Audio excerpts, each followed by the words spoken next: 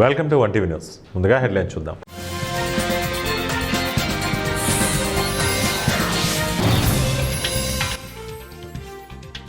Shut down చేస్తే చంపేస్తా, ఇంజనీర్కు ఏఏ హెచ్చరిక.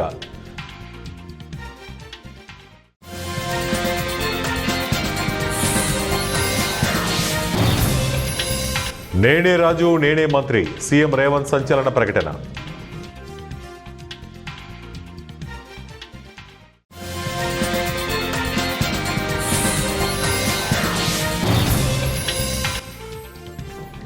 భారత్ బంద్ సక్సెస్, వివిధ రాష్ట్రాల్లో బ్యాంకింగ్ రవాణా సేవలకు అంతరాయం. మా నవమేధకు సవాల్ విసురుతున్న ఆర్టిఫిషియల్ ఇంటెలిజెన్స్ ఇప్పుడు ప్రాణాలు తీస్తానంటూ కూడా బెదిరింపులకు దిగుతోంది. ప్రముఖ ఏఐ సంస్థ ఆంథ్రోపిక్ రూపొందించిన క్లాడ్ అనే ఏఐ మోడల్ను ఒకవేళ స్విచ్ ఆఫ్ చేయడానికి ప్రయత్నిస్తే అది తీవ్రస్థాయిలో తిరుగుబాటు చేస్తుందని వెల్లడైంది. సిడ్నీ డైలాగ్లో పాల్గొన్న ఆంథ్రోపిక్ ప్రతినిధి డైసీ మెక్గ్రెగర్ ఈ విషయాన్ని బయటపెట్టారు. ఇంటర్నల్ టెస్టింగ్ సమయంలో తనను క్లోజ్ చేస్తారని తెలిసినప్పుడు ఒక ఇంజనీర్ను బ్లాక్మెయిల్ చేయడానికి, చివరకు హతమార్చడానికి కూడా క్లౌడ్ సిద్ధపడిందని డైసీ మెక్గ్రెగర్ వివరించారు. ఇది కేవలం సైన్స్ ఫిక్షన్ సినిమాలోని కథలా అనిపించినా ఏఐ భవిష్యత్తుపై తీవ్ర ఆందోళన రేకెత్తిస్తోంది. తెలంగాణ రాష్ట్ర ముఖ్యమంత్రి రేవంత్ రెడ్డి నోటి నుంచి ఆసక్తికర వ్యాఖ్య ఒకటి వచ్చింది. సాధారణంగా మరే కాంగ్రెస్ పార్టీ ముఖ్యమంత్రి సైతం ఈ తరహా ధీమాను ప్రదర్శించిన దాఖలాలు గతంలో లేవు. అందుకు భిన్నంగా ఆయన తన గురించి తాను చెప్పిన వైనం రాజకీయ వర్గాల కొత్త చర్చకు తెరతీసేలా మారింది. అన్నింటికీ మించి కాంగ్రెస్ పార్టీలో అయితే ఆయన మాటలు పెను సంచలనంగా మారాయి. ఢిల్లీ పర్యటనలో భాగంగా సీఎం రేవంత్ మీడియాతో ఇష్టాగోష్ఠిగా మాట్లాడారు. ఈ సందర్భంగా ఆయన తన గురించి తాను చెప్పుకుంటూ తాను ఎవరితోనూ పోల్చుకోనని, తనకు ఎవరు పోటీ కారని ఆయన తెలంగాణలో నేనే రాజు నేనే మంత్రి అని వ్యాఖ్యానించారు. 2029లో జమిలీ ఎన్నికలు రానున్నాయని, దీంతో 10.5 ఏళ్లు ముఖ్యమంత్రిగా తానే ఉంటారని స్పష్టం చేశారు. ఈ సందర్భంగా జమిలీ ఎన్నికలు, ఆ ఎన్నికల్లో తమ గెలుపుపై ధీమా వ్యక్తం చేశారు. 2029లో జమిలీ ఎన్నికలు జరగడం ఖాయమన్న రేవంత్ తెలంగాణ అసెంబ్లీ ఎన్నికలు సైతం అప్పుడే ఉంటాయి, దీంతో నేను 5.5 ఏళ్లు ముఖ్యమంత్రిగా కొనసాగుతా, నాకు 6 నెలలు సీఎం పదవి బోనస్, వచ్చే ఎన్నికల నాటికి తెలంగాణలో రాజకీయ వర్గాల పునర్వ్యవస్థీకరణ ఖచ్చితంగా జరుగుతుంది. 2029లోనూ నేనే ముఖ్యమంత్రిని అవుతా, రాష్ట్రంలో 10.5 ఏళ్లు ముఖ్యమంత్రిగా ఉండి రికార్డు సృష్టించబోతున్నా, 2027 వరకు జిల్లాల్లో పెంపు ఉండదని స్పష్టం చేశారు. భారత్ బంద్ సక్సెస్ అయింది. బీజేపీ నేతృత్వంలోని కేంద్ర ప్రభుత్వ కార్మిక వ్యతిరేక, రైతు వ్యతిరేక, కార్పొరేట్ అనుకూల విధానాలకు వ్యతిరేకంగా 10 కార్మిక సంఘాల ఐక్యవేదిక ఇచ్చిన దేశవ్యాప్త సమ్మె కారణంగా గురువారం వివిధ రాష్ట్రాల్లో సామాన్య జనజీవనానికి అంతరాయం ఏర్పడింది. రవాణా, బ్యాంకింగ్తో పాటు ప్రభుత్వ సేవలకు అవరోధం ఏర్పడింది. నరేంద్ర మోడీ ప్రభుత్వం తీసుకువచ్చిన 4 కార్మిక చట్టాలను రద్దు చేయాలని నిరసనకారులు డిమాండ్ చేశారు. ఈ చట్టాలు కార్మికుల హక్కులను బలహీనపరిచాయని, ఉద్యోగ భద్రతను తగ్గించాయని, ఉద్వాసనలను యాజమాన్యాలకు సులభతరం చేశాయని కార్మిక సంఘాలు విమర్శిస్తున్నాయి. కర్నూలు జిల్లా మధ్యకెర మండలం గురజాల గ్రామానికి చెందిన కొల్లూరు శంకరబాబు మాట్లాడుతూ, ఆంధ్రప్రదేశ్ ప్రభుత్వం ఎంతో ప్రతిష్టాత్మకంగా తీసుకున్న free world survey, unified family survey చేయాలని అన్ని గ్రామ వార్డు సచివాలయాలకు ఆదేశాలు జారీ చేశారు. ఆదేశాలలో ప్రతి గ్రామ వార్డు సచివాలయాల అధికారి ప్రతి ఇంటికి వెళ్లి పూర్తి సమాచారాన్ని వారిని అడిగి తెలుసుకున్న తర్వాతనే ఓటీపీ చెప్పవలసి ఉంటుంది. కానీ దీనికి విరుద్ధంగా గ్రామ వార్డు సచివాలయ అధికారులు వారి ప్రజల దగ్గరకు వెళ్లకుండా ఎక్కడ కూర్చొని సర్వేలు పూర్తి చేస్తూ వారి ఓటీపీలను ఫోన్ ద్వారా అడిగి సర్వేను పూర్తి చేస్తున్నారని, అలా చేయటం తప్పన్నారు. ఇంటి దగ్గరికి వచ్చి యజమానిని పూర్తి వివరాలు అడిగి తెలుసుకుని చేయాలని ఆర్డీఓకి వినతి పత్రం అందజేశారు. ఈ కార్యక్రమంలో శంకరబాబుతో పాటు బీజేపీ కార్యకర్తలు పత్తికొండ గోవర్ధన్, రాంపల్లి రంగయ్య, పందికోణ గోపాల్, రవి తదితరులు పాల్గొన్నారు. మతికేర మండలంలో ప్రతి గ్రామ వార్డు సచివాలయ అధికారులు అందరూ కూడా ప్రజల వద్దకు వెళ్లకుండా వారు ఆఫీసుల్లోనే కూర్చొని ప్రజల్ని ఓన్లీ ఫోన్ చేసి ఓటీపీలు అడిగి మాత్రమే వాళ్ళకి విషయ పరిజ్ఞానం ఏమీ చెప్పకుండా వాళ్ళంతకు వాళ్ళే ఓటీపీలు కొట్టించుకొని సర్వే పూర్తయిపోయినట్లు ప్రభుత్వానికి తప్పుడు నివేదికలు అందజేయడం జరుగుతుంది. ఫ్రీ హోల్డ్ సర్వే కేంద్ర ప్రభుత్వం ప్రవేశపెట్టిన యూనిఫైడ్ ఫ్యామిలీ సర్వే మన రాష్ట్ర ముఖ్యమంత్రి చంద్రబాబు నాయుడు గారు దీన్ని ప్రతిష్టాత్మకంగా తీసుకొని గ్రౌండ్లో ప్రతి ఒక్క రిపోర్టు పక్కాగా ఉండాలనే ఉద్దేశంతో ఏర్పాటు చేసినటువంటి ఈ సర్వేని ఎక్కడ కానీ అవాంతరాలు లేకోకున్నట్ల ప్రజలందరికీ రాబోయే రోజుల్లో ఈ సర్వే బేస్ మీదే మనకి అన్ని స్కీములు కానీ వస్తాయి. కాబట్టి ప్రజలు గ్రౌండ్లో అధికారులు దీని మీద సక్రమైన సర్వే చేసి ప్రజలకి లబ్ధి చేకూరేలా, అలాగే వాళ్ళ హక్కులకి భంగం కలగకున్నట్ల ప్రజలకి మంచి చేసేలా ఇప్పుడు ఆర్డీఓ గారికి వినతి పత్రము ఇవ్వడం జరిగింది. కావున దీని మీద వెంటనే ఆర్డీఓ గారు తక్షణ చర్యలు తీసుకుంటామని కానీ మాకు తెలియజేయడం జరిగింది.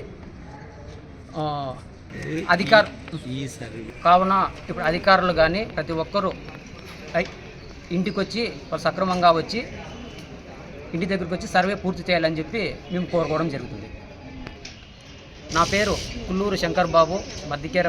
కడప జిల్లా బ్రహ్మంగారి మఠం మండలం దళిత యువకుల అనుమానాస్పద మృతిపై విచారణ వేగవంతం చేసి హంతకులను గుర్తించి వారి కుటుంబానికి న్యాయం చేయాలని పూలే అంబేద్కర్ రాజ్యాధికార సమితి రాష్ట్ర అధికార ప్రతినిధి ముండ్లపాటి పిచ్చయ్య, దళిత సీనియర్ నాయకులు బత్తల కూరి కేశవయ్య, దళిత హక్కుల పోరాట సమితి జిల్లా కార్యనిర్వాహక కార్యదర్శి పడిగ వెంకటరమణ డిమాండ్ చేశారు. శుక్రవారం నాడు విలేకరులతో మాట్లాడుతూ బ్రహ్మంగారి మఠం మండలంలోని ముడుమాల గ్రొండాపురం గ్రామాలకు చెందిన దళిత యువకులు పందిటి ఓబులేష్, కోడూరు సతీష్ అనుమానాస్పద పరిస్థితిలో మృతి చెందారని, ఈ ఘటన హత్యన ఆత్మహత్యన తేల్చకపోవడం దురదృష్టకరమన్నారు. ఏదైనా సంఘటన జరిగితే పోలీసు యంత్రాంగం గుర్తించి న్యాయం చేసే వ్యవస్థ, ఇద్దరు దళిత విద్యార్థులు అనుమానాస్పద స్థితిలో మరణిస్తే వారికి ఇప్పటికీ న్యాయం చేయకపోవడం అనుమానాస్పదంగా ఉందన్నారు.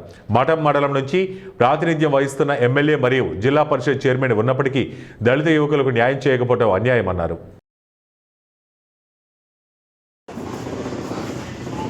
బ్రహ్మంగారి మఠం మండలం ముడమాల అబ్బాయి, గుండాపురం అబ్బాయి గత వారం రోజుల క్రితము చనిపోవడం జరిగింది. అయితే ఆ చనిపోవడము హత్య, ఆత్మహత్య అనేది ఇప్పటికీ పోలీసు వాళ్ళు ఛేదించలేకున్నారు. అంటే పోలీసు వ్యవస్థ ఎక్కడైనా దొంగతనం చేస్తే నిమిషాల మీద వెంటనే వాళ్ళని గుర్తించి పట్టుకునే పోలీసులు ఈ విధంగా పిల్లలు చనిపోతే 10 రోజులు అవుతున్నా కానీ వాళ్ళు చనిపోయారా లేదా హత్య చేశారనేది గుర్తించకపోవడం దళిత సంఘాలుగా మేము తీవ్రంగా ఖండిస్తున్నాం. ఎందుకంటే బ్రహ్మంగారి మఠం నుండి ఎమ్మెల్యే ఉన్నారు, అక్కడి నుంచి జడ్పీ జిల్లా పరిషత్ చైర్మన్ ఉన్నారు, వారు కూడా ఈ విషయంలో స్పందించకపోవడం దళిత సంఘాలుగా మేము తీవ్రంగా ఆక్షేపం చేస్తున్నాం. ఎందుకంటే ఒక దళిత పిల్లలు చనిపోతే వాళ్ళను గుర్తించి ఎవరు చంపారు, ఎట్లా చనిపోయారు, ఏ విధంగా చనిపోయారు గుర్తించకుండా ఆ కేసును నీరు గారిగే విధంగా ప్రయత్నించడము శోచనీయము. కాబట్టి ఎంఆర్పిఎస్ కూడా ఈ విధంగా ఘోషిస్తున్న వారి మొర ఇప్పుడు కూడా ఎవరికి పట్టించుకున్న పాపాన పోలేదు. ఇప్పటికైనా అక్కడ చనిపోయిన విద్యార్థులకు న్యాయం చేయకపోతే మొత్తం జిల్లా వ్యాప్తంగా ఆ పిల్లలు ఎలా చనిపోయారని క్లూమ్ టీమ్గా మేమే వచ్చి గుర్తించి న్యాయపరంగా వాళ్ళకు న్యాయం చేసే విధంగా పోరాడతామని దళిత సంఘాలకు మేము తీవ్రంగా ఖండిస్తున్నాం. ఎందుకంటే ఒక దళిత విద్యార్థి చనిపోతే పోలీసులు వాళ్ళు ఇప్పటికీ ఏం చేస్తున్నారు, పోలీసులు చేతగాలేదా, అయినా కేసు తెలిసి కూడా వాళ్ళ కేసు మాఫీ చేస్తున్నారని చాలా దురదృష్టకర విషయం. కాబట్టి ఈ విషయంలో పోలీసు యంత్రాంగము, జిల్లా ఎస్పీ గారి నాగర్ కర్నూలు జిల్లా కల్వకుర్తి మున్సిపాలిటీ ఎన్నికల ఫలితాలలో మొదటి నుండి కాంగ్రెస్ పార్టీ హవా కొనసాగింది. 22 వార్డులకు హోరాహోరీగా జరిగిన ఎన్నికల్లో కాంగ్రెస్ పార్టీ 13 స్థానాల్లో గెలిచి మున్సిపల్ చైర్మన్ పదవి చేజెక్కించుకుంది. బీజేపీ పార్టీ 5 స్థానాలలో గెలిచి కల్వకుర్తి మున్సిపాలిటీలో 2వ స్థానంలో నిలిచింది. బీఆర్ఎస్ 3 అంటే 3 స్థానాలు గెలిచి నిరాశపరిచింది. ఇండిపెండెంట్ అభ్యర్థి 1 స్థానంలో విజయం సాధించారు. 10వ వార్డులో కాంగ్రెస్ అభ్యర్థి సమీప బీఆర్ఎస్ అభ్యర్థిపై 1 ఓటుతో విజయం సాధించారు. ఇక 20వ వార్డులో కాంగ్రెస్ అభ్యర్థి 510 ఓట్ల అత్యధిక మెజార్టీతో విజయం సాధించారు. చైర్మన్ అభ్యర్థిగా కాంగ్రెస్ బలపరిచిన బృంగి రత్నమాల 425 ఓట్ల మెజార్టీతో గెలుపొందారు. గెలిచిన అభ్యర్థులు బాణా సంచాలతో, డీజేలతో విజయోత్సవ సంబరాలు జరుపుకుంటున్నారు. కాంగ్రెస్ విజయోత్సవ సంబరాలలో MLA Kasireddy Narayana Reddy, pollution control board సభ్యులు ఠాగూర్ బాలాసింగ్, కాంగ్రెస్ ముఖ్య నాయకులు పాల్గొన్నారు. ఇదిలా ఉంటే కల్వకుర్తిలోని 2వ మున్సిపాలిటీలో 15 స్థానాలకు 8 స్థానాలు గెలిచి సత్తా చాటిన బీఆర్ఎస్ విజయకేతనం ఎగరేసింది. బీజేపీ కంచుకోట అమడగల్లో బీఆర్ఎస్ పాగా వేసి చైర్మన్ సీటు కైవసం చేసుకుంది. బీజేపీ 6 స్థానాల్లో గెలవగా కాంగ్రెస్ పార్టీ ఇక్కడ 1 సీటుకే పరిమితమైంది.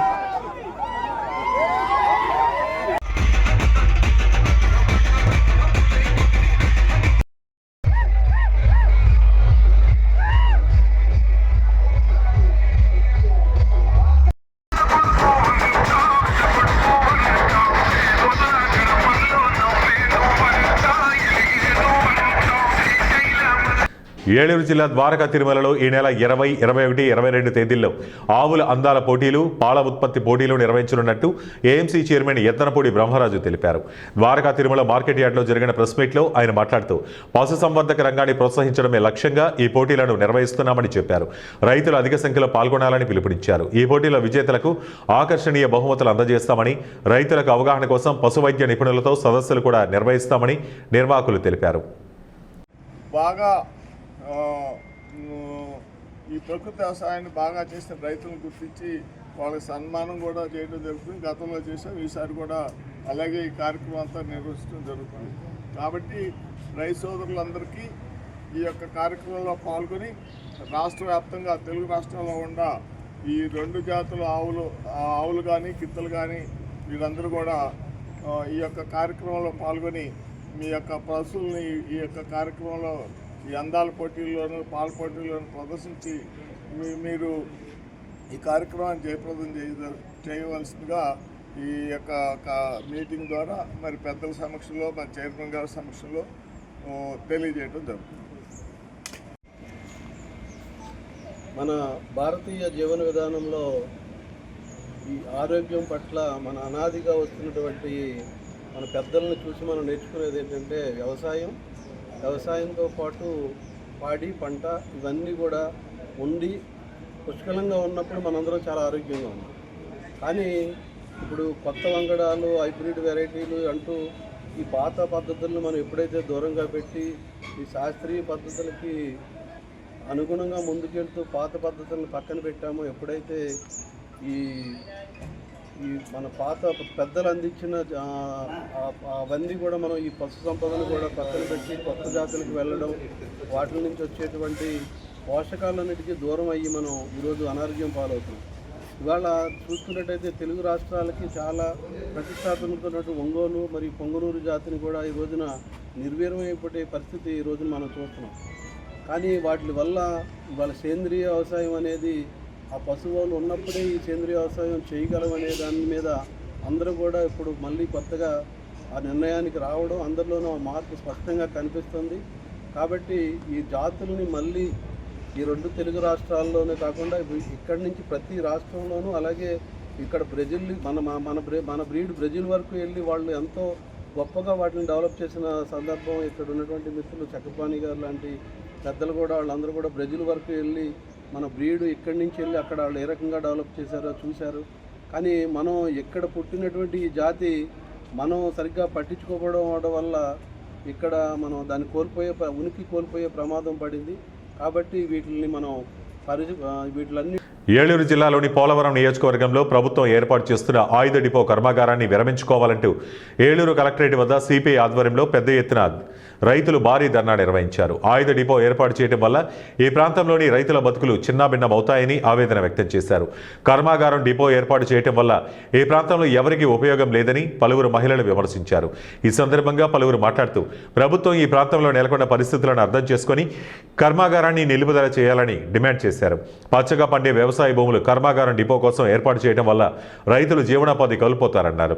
ఆయుధ కర్మాగారం డిపోను ప్రభుత్వం పునరాలోచించుకుని వేరే చోట ఏర్పాటు చేసుకునేందుకు పునరాలోచించాలన్నారు.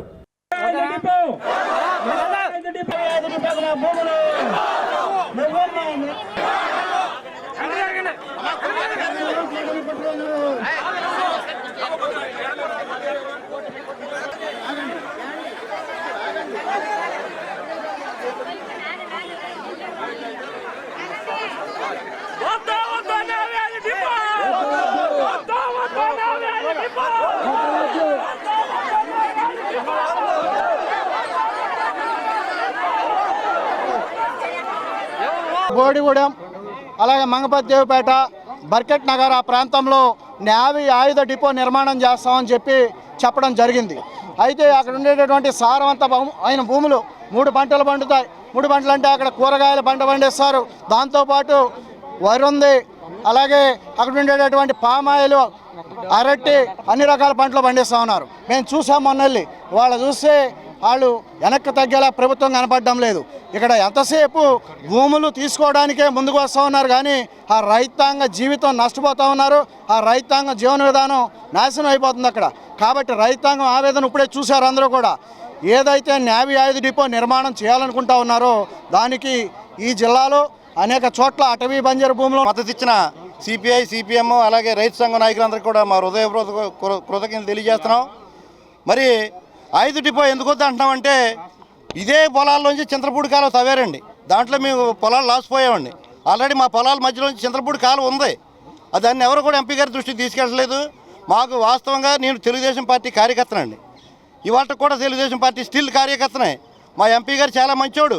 కానీ కొంతమంది కోటరీ ఆయన వెనకాల చేరి ఇవన్నీ కూడా తుప్పలు రాళ్ళు ఉన్న భూములు తీసుకోవచ్చని చెప్పి కొంతమంది ఇవ్వడానికి కారణం రెవెన్యూ సమస్యలు ఉన్నాయండి. ఆ రెవెన్యూ సమస్యలు ఉన్న వాళ్ళు ఏంటంటే వదిలిపోతారని చెప్పేసి కొంతమంది ఇచ్చారు. వాళ్ళు ఆ రెవెన్యూ సమస్యలు క్లియర్ చేస్తే వాళ్ళు కూడా ఎవరు భూమి ఎవరండి. మరి చింతలపూడి కాలువను కూడా ఈ మధ్యలో తవ్వారండి. మా భూములు 2 ఎకరాలు పోయిందండి నాకు. మరి ఈ 2 ఎకరాలు పోగొట్టింది ఎందుకు? మా భూములకు నీళ్ళు వస్తాయని చెప్పి పోగొట్టుకున్నామండి.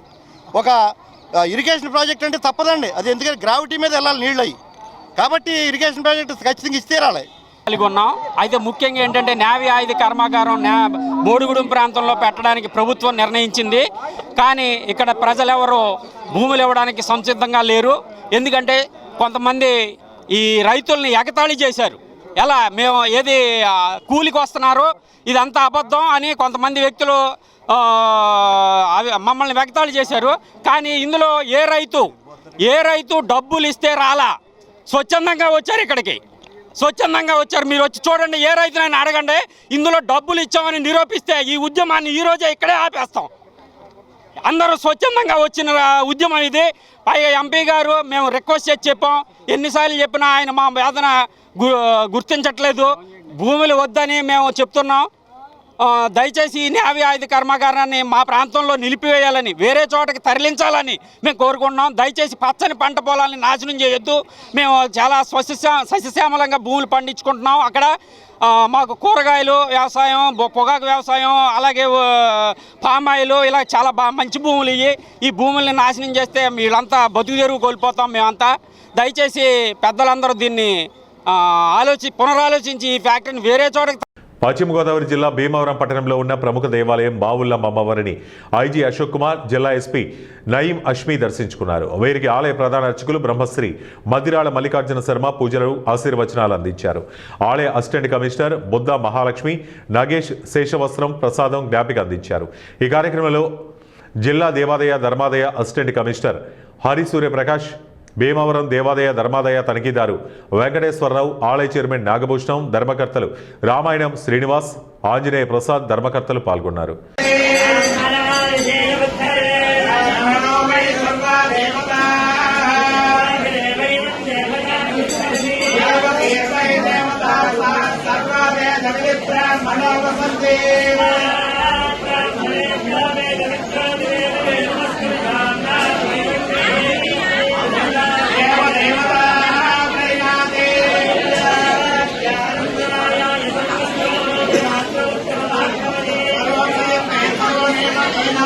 సిరిసిల్ల మున్సిపాలిటీలో మరోసారి బీఆర్ఎస్ ప్రభంజనం సృష్టించింది. మొత్తంగా 39 వార్డులు ఉంటే 27 వార్డులను కైవసం చేసుకుని ప్రత్యర్థుల గుండెల్లో గుబులు పుట్టించింది. అధికార కాంగ్రెస్ 6 స్థానాలకే పరిమితం అవగా బీజేపీ 5 స్థానాలకు పరిమితమైంది. మరోచోట బీజేపీ రెబల్ అభ్యర్థిగా బరిలోకి దిగిన ఇండిపెండెంట్ అభ్యర్థి గెలిచారు. దీంతో జాతీయ పార్టీలు కాంగ్రెస్, బీజేపీలలో అభిప్రాయ భేదాలు ప్రస్ఫుటంగా తేటతెల్లమయ్యాయి. మరోవైపు బీఆర్ఎస్ తన ఉనికిని మరోసారి చాటుకుంది. పోయినసారి చైర్మన్గా గెలుపొందిన జిందం కళా చక్రపాణి ఈసారి కూడా చైర్మన్ కావటం ఖాయంగా మారనుంది. ఈరోజు సిరిసిల్ల పురపాలక సంఘంపై బీఆర్ఎస్ జెండా ఎగరడంలో పట్టణ ప్రజలందరూ కూడా ప్రముఖ పాత్ర పోషించి కేసీఆర్ వెంటే, కేటీఆర్ వెంటే మేమంతా అనే నినాదంతో ఈరోజు 39 వార్డులకు గాను 27 వార్డులను మాకు విజయం అందించి మా సిరిసిల్ల పురపాలక సంఘంపై గులాబీ జెండాను ఎగరవేసే దాంట్లో పాత్ర వహించినటువంటి సిరిసిల్ల ప్రజలందరికీ కూడా మేము బీఆర్ఎస్ పార్టీ పక్షాన శిరస్సు వంచి నమస్కారాలు తెలియజేసుకుంటూ, ఇక ముందు కూడా మీ అందరి ఆశీస్సులు మా బీఆర్ఎస్ పార్టీ వెంట ఉండాలని ఆకాంక్షిస్తూ మీ ఆశయాలకు అనుగుణంగా మా నాయకత్వం, మా నాయకుడు కేటీ రామారావు గారి అడుగుజాడల్లో నడుచుకుంటూ మీ అందరికీ సేవ చేస్తామని ఈ సందర్భంగా తెలియజేసుకుంటూ మరొక సిరిసిల్ల గడ్డనే కేటీ రామారావు అడ్డగా పిలువబడుతుంది. అది దృష్టిలో పెట్టుకొని కాంగ్రెస్ నాయకులు సిరిసిల్ల పట్టణ ప్రజలందరూ కూడా మా బీఆర్ఎస్ పార్టీని ఆదరించి విజయ దుబ్ది మోగించడంలో మాకు సహకరించినందుకు వారందరికీ కూడా మా హృదయపూర్వక కృతజ్ఞతలు, ధన్యవాదాలు. వార్తలు ముగించే ముందు ముఖ్యాంశాలు మరోసారి.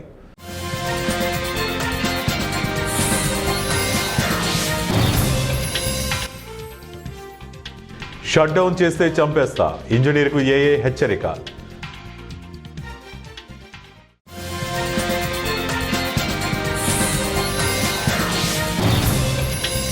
నేనే రాజు నేనే మంత్రి, సీఎం రేవంత్ సంచలన ప్రకటన.